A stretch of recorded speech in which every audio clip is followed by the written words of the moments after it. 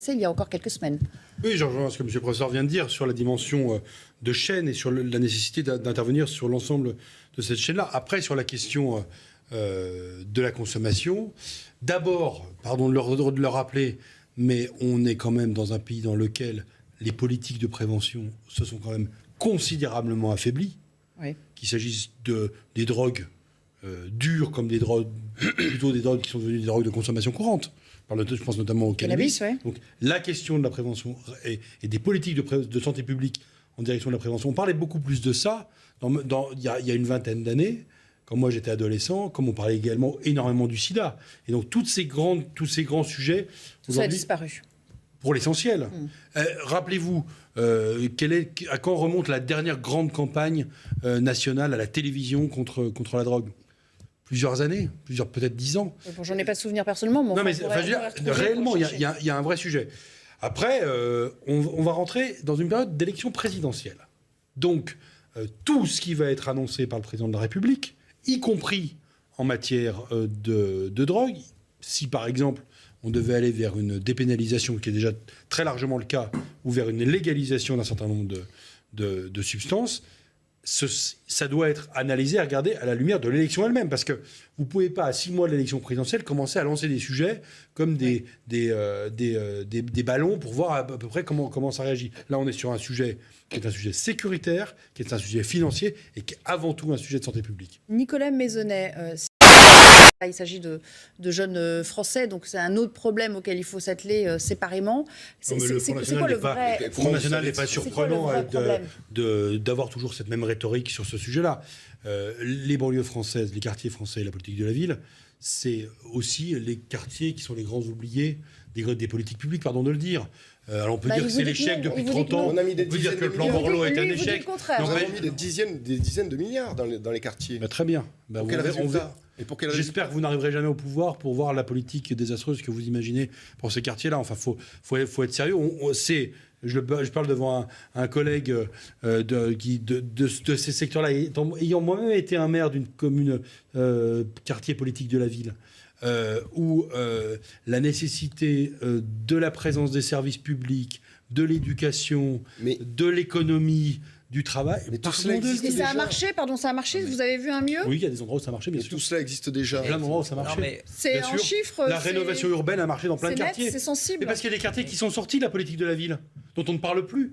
Parce qu'on a résidentialisé, parce qu'on a remis des services publics. Moi, il faudrait peut-être que CNews, un jour, vous veniez aussi dans des territoires où la politique de la ville a produit des effets. Alors, évidemment, il y a des endroits... Là, votre reportage d'aujourd'hui, il va démontrer des choses qui se... On l'a fait. On parlait d'Alençon qui avait été cité en exemple, et pourtant, on a vu ce qui s'est passé à Alençon. Mais ça ne veut pas dire que tout ce qui a été... On a dit que les services publics avaient refonctionné, qu'il y avait eu de la rénovation urbaine. Ça ne veut pas dire que tout ce qui a été fait a été fait à tort.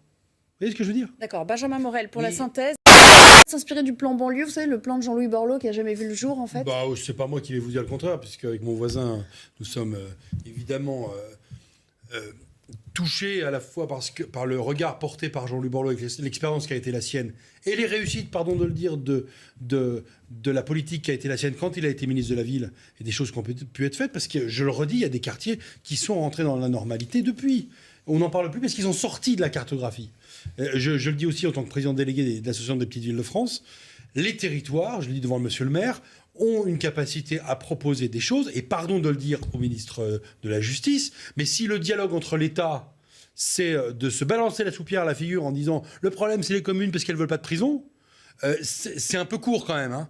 Donc il y a des choses à voir sur les différents sujets. Le premier sujet, au départ, c'est le sujet éducatif. Le second, c'est le logement. Et ensuite, c'est l'économie sous toutes ses formes, qu'elle soit d'initiative publique, qu'elle soit privée ou qu'elle soit intermédiaire, ce qu'on appelle l'économie sociale et solidaire ou l'économie associative, qui fait qu'on a, dans ces quartiers-là, la possibilité de redynamiser. Et encore une fois, il y a des laboratoires dans les villes de France qui sont considérables et qui peuvent être source d'inspiration. On va s'interrompre quelques minutes et puis on revient pour parler encore... On ne peut pas, en tout état de cause, être une politique uniquement nationale. C'est forcément une politique qui doit être construite dans les territoires en fonction des réalités qui existent. Bon, vous savez, je vis dans un territoire qui est frontalier avec la Suisse. Et nous avons à Genève ce type d'expérience.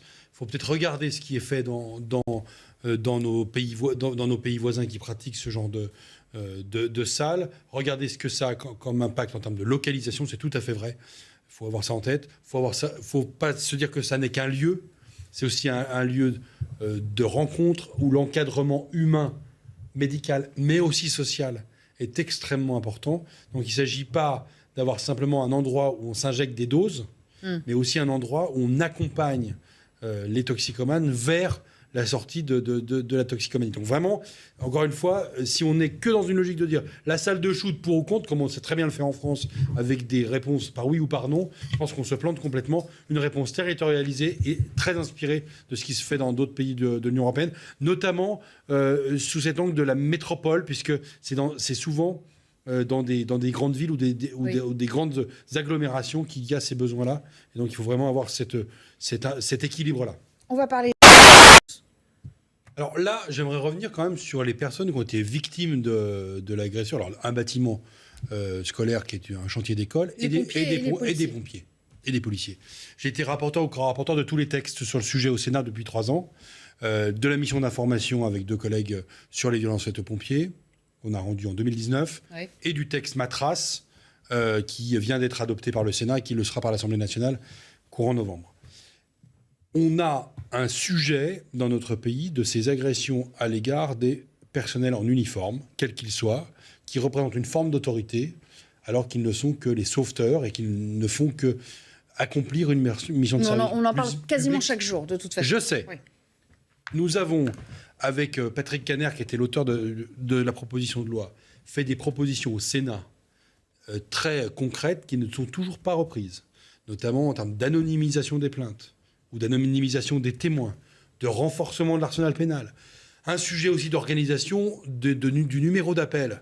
Voir que des équipages ont été envoyés dans un quartier comme ça, sans que ce soit des équipages mixtes, police-pompiers ou gendarmerie-pompiers, ça m'interpelle. Vous dites qu'elles ne sont pas reprises par qui par le ministère de l'Intérieur? Par le gouvernement. Sur l'anonymisation. Sur les questions d'anonymisation, comme sur les questions de moyens de terrain. En France, vous avez une gestion différenciée du 15, du 17 et du 18. Ouais. Donc quand vous appelez, s'il n'y a pas d'interconnexion, elles sont insuffisantes dans les départements, et ben vous avez des situations comme celle-là. Donc il faut absolument qu'on ait une capacité, et c'est le cas de la Haute-Savoie, d'avoir des interconnexions beaucoup plus fortes entre les différents services de secours et de sécurité pour qu'on ait des interventions et qu'on protège les sapeurs-pompiers en intervention. Et ça, c'est quelque chose de très important. Le président de la République est revenu dessus au Congrès de Marseille. Le président de la Fédération, Grégory Allione, également. Moi, j'insiste là-dessus. On ne peut pas laisser nos sapeurs-pompiers, qui sont pour beaucoup d'entre eux des volontaires, au niveau national, se faire taper sur la figure, se faire caillasser comme ça. Ça n'est plus possible. Il faut vraiment en prendre la mesure. Sinon, il n'y aura plus de volontaires aussi en France. Ça, c'est beaucoup trop tôt pour le dire. Deux éléments de réflexion. Le premier, c'est que si vous faites l'addition des sondages de M. Zemmour et de Mme Le Pen, vous êtes au-delà de 30% de l'électorat, donc c'est très élevé pour un premier tour. Et deuxième élément de réflexion, c'est qu'en fait, on est en train de faire une espèce de match d'avant-premier tour, 6 mois avant les présidentielles, et depuis qu'on vient de discuter, on ne vient d'aborder aucun sujet de fond. C'est-à-dire qu'on est entre la personnalité de l'un, la personnalité de l'autre, l'historique de la famille Le Pen, de la dynastie qui apparaît là et qui finalement remplit aujourd'hui des salles. Alors moi, je suis assez frappé par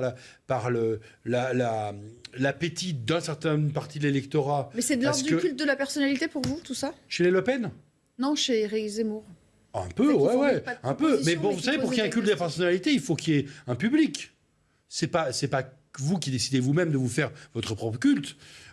Quand il a fait son débat avec Michel Onfray au Palais de la Porte-Maillot, il y a 4400 personnes payantes. C'est du jamais vu. Enfin, je veux dire, voilà. Donc, moi, je suis un homme de centre droit. J'aime bien la complexité. J'aime bien quand on aborde les sujets de fond à moyen long terme. Je trouve que pour l'instant, on reste assez sur notre faim, et chez l'un et chez l'autre. En tout cas, Marine Le Pen, je vais vous faire